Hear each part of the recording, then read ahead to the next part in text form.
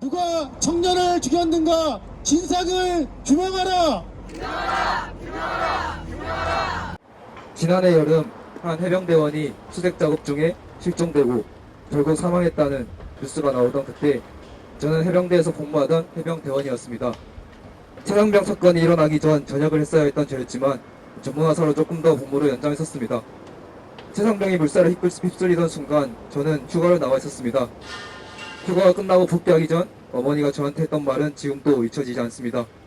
지금이라도 복무 연장을 취소하고 전역을 못하는 것이냐, 안 된다는 대답에도 계속해서 물어보던 어머니의 걱정을 뒤로한 채로 저는 무거운 마음을 안고 부대로 복귀할 수밖에 없었습니다. 만약 제가 휴가를 나가지 않았다면 최상병은 제가 되었을지도 모를 일입니다. 저는 의문이 들었습니다. 건장한 청년이 물길을 휩쓸렸다면 분명히 위험한 현장이었을 텐데 왜 기사 속에 나오는 수색 중인 해병들은 구명조끼를 입고 있지 않았을까? 왜 전문 수색 교육을 받지 않은 소병대대 인원이 그 현장에 투입되었을까? 전우가 물에 휩쓸려 갈 때 그 모습을 지켜본 같이 수색하던 대원들의 두려움과 슬픔은 감히 상상할 수 없습니다.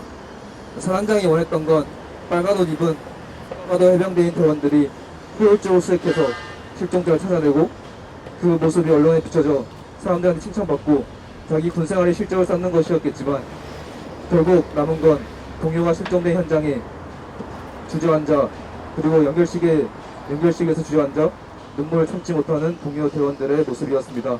힘들고 환경이 열악해도 해병 대원들이 버티는 이유는 바로 자부심과 동료 전우들일 것입니다. 빨간 체육복은 언론에 홍보하지 않는 곳에서 사시사철, 묵묵히 임무를 수행하는 대원들의 자부심이자 동료애인 것입니다. 최상병 사건은 국가가 군인들에게 동료와 자부심을 빼앗아간 것입니다. 부하의 목숨과 명예보다 자기들의 안위와 위신이 먼저인 사령관과 물론 국민들의 목숨을 돌보는데 관심 없는 대통령이 만든 합작품입니다. 군인들의 목숨을 그리 쉽게 보니 전쟁 나도 몰라 라는 식으로 대북 정책하고 최상병 특별법 거부하는 것입니다. 청년들의 목숨을 그리 쉽게 보니 R&D 예산 삭감하고 전세사기 특별법 반대하고 있는 것입니다. R&D 예산 삭감 뉴스가 나올 때 정말 열심히 공부하고 알바하며 물리학자가 되기를 꿈꾸던 친구가 왜 국가가 나를 도와주기는커녕 괴롭히는 걸까라며 자신은 외국으로 대학원에 가서 취업할 거라는 말을 했던 기억이 납니다. 1억 원이 넘는 돈을 대출받아 전셋집을 구해 자취를 시작한다던 후배의 말에 저는 축하한다는 말보다 계약할 때 꼼꼼히 잘 살펴봤어, 보험은 잘 들었지라는 걱정을 먼저 하게 되었습니다. 입시 경쟁에 내몰리고 취업 경쟁에 내몰리고 그마저도 좋은 일자리를 구하기는 하늘의 별 따기인 현실 속에서 구리역 김군, 하청 노동자 김용군님 등 또래 청년 노동자들이 세상을 떠나는 걸 바라보면서 청년들은 가슴에 노란색, 보라색 리본을 새깁니다.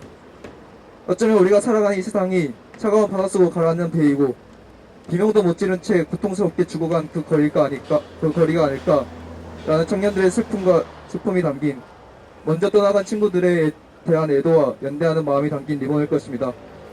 또한 노동자와 서민들의 목숨을 그리 쉽게 보니 부자 감춘을 하면서도 복지예산을 줄이고 노조법 2, 3조 개정 반대하는 것 아니겠습니까?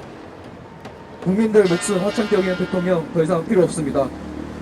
군인이 죽고 청년이 죽고 노동자가 죽는 죽음의 사회를 이제 거부합시다.